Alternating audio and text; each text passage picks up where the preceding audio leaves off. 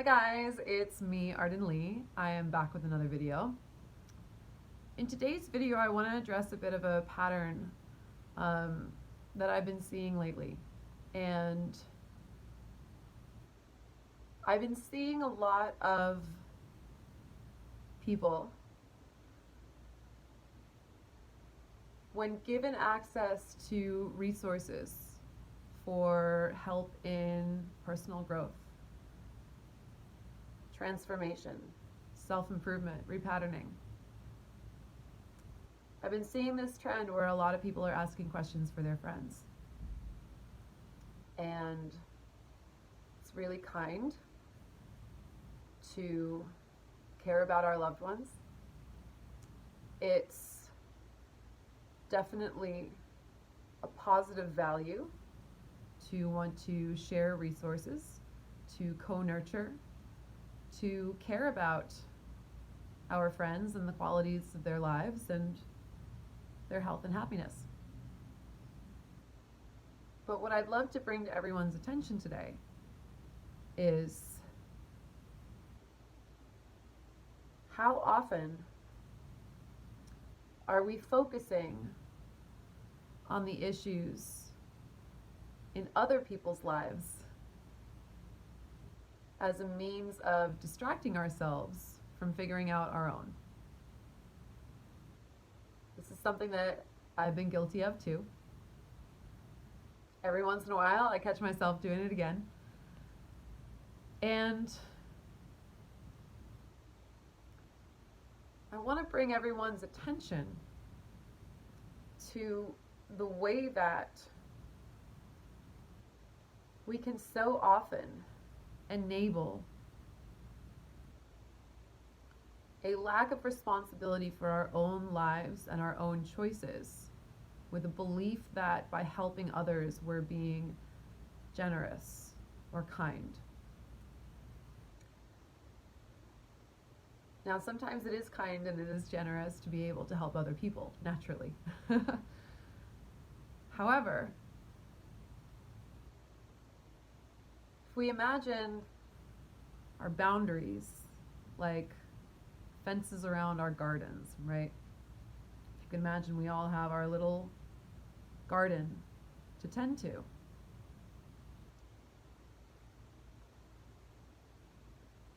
There's something that happens when people get really overly concerned about how their friends' gardens are growing and they don't tend to their own.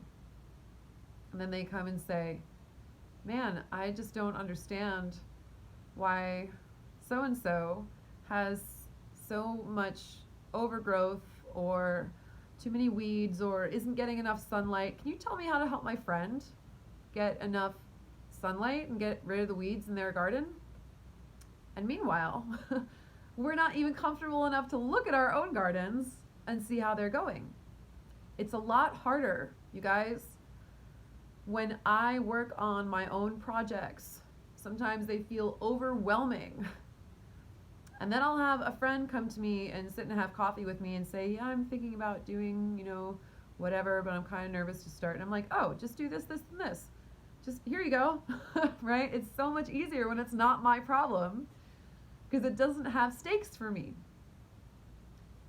When it's my own project that I'm working on, and it requires me to step into a bigger version of myself. It requires me to not only go through all the steps that I know logically in my head, but also to grow and be able to expand into the person who can do those steps. Oh man, that's confronting. Even just earlier this year, I remember going and asking a question at an event. It was essentially about someone else. Why? I paid for my ticket there. I was supposed to be using those resources and information to help me on my own journey. Why was I worried about the way that someone else was showing up or not showing up? was probably because I had some resistance to what was actually happening. Sometimes we get attached to other people's outcomes too. We care about someone so much. We want the best for them, right? But if they're not choosing it themselves, then ultimately what we're doing is we're wasting our own time and we're wasting our own resources where we could be applying them to ourselves and to our own lives.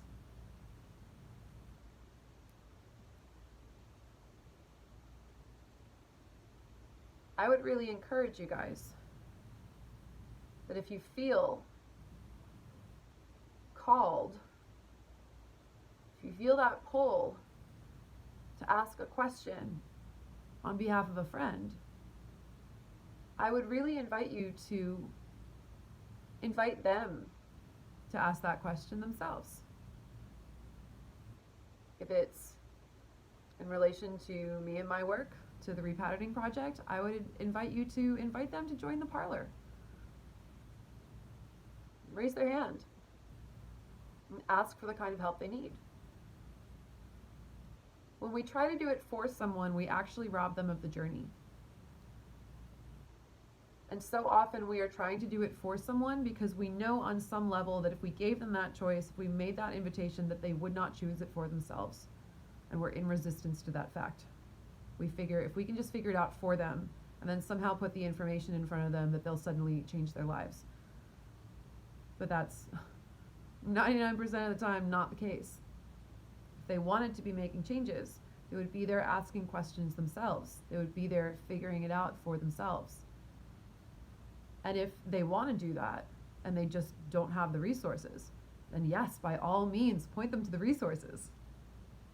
Say, hey, come and join this group and ask your question here, or here's some videos to watch, or however that goes.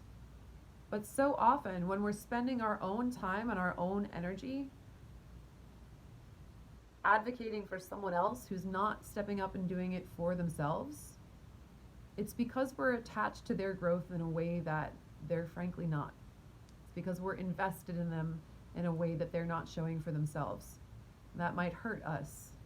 That might suck because we care about them. But so often, it's easier to care about someone outside ourselves because we can see them as separate from ourselves. It's harder to do that for ourselves. It's harder to be vulnerable and step up and ask for help about what we really need. There's so many times in my own past that I have avoided the very situations that I needed to work on by choosing people in my life who had issues that I could create attachments to, thinking that I could help solve them. That might that full dynamic might not be present every time someone simply asks a question on someone else's behalf, but when I start to see it happening in the collective, in different places, here and there and there and there, I start to think, oh wow, maybe there's something coming up here. Maybe there is a pattern of avoidance. Ultimately, people go on their journeys on their own. They're helped, they're assisted. There's people they're going to meet along the way on that path who are going to help translate things for them. But their choice to walk down that path and to source those answers is an individual choice that we cannot make for another person. So I just want to bring your attention to that. Every time you focus on what someone else is dealing with, every time you focus on what another person should or shouldn't be doing, every time you look for resources for someone who's not looking for them themselves, I ask you, what are you avoiding? What do you need right now? Is that a difficult question to answer? And if so, why? Maybe that's something to spend a little more time on thinking about. What is it that you need?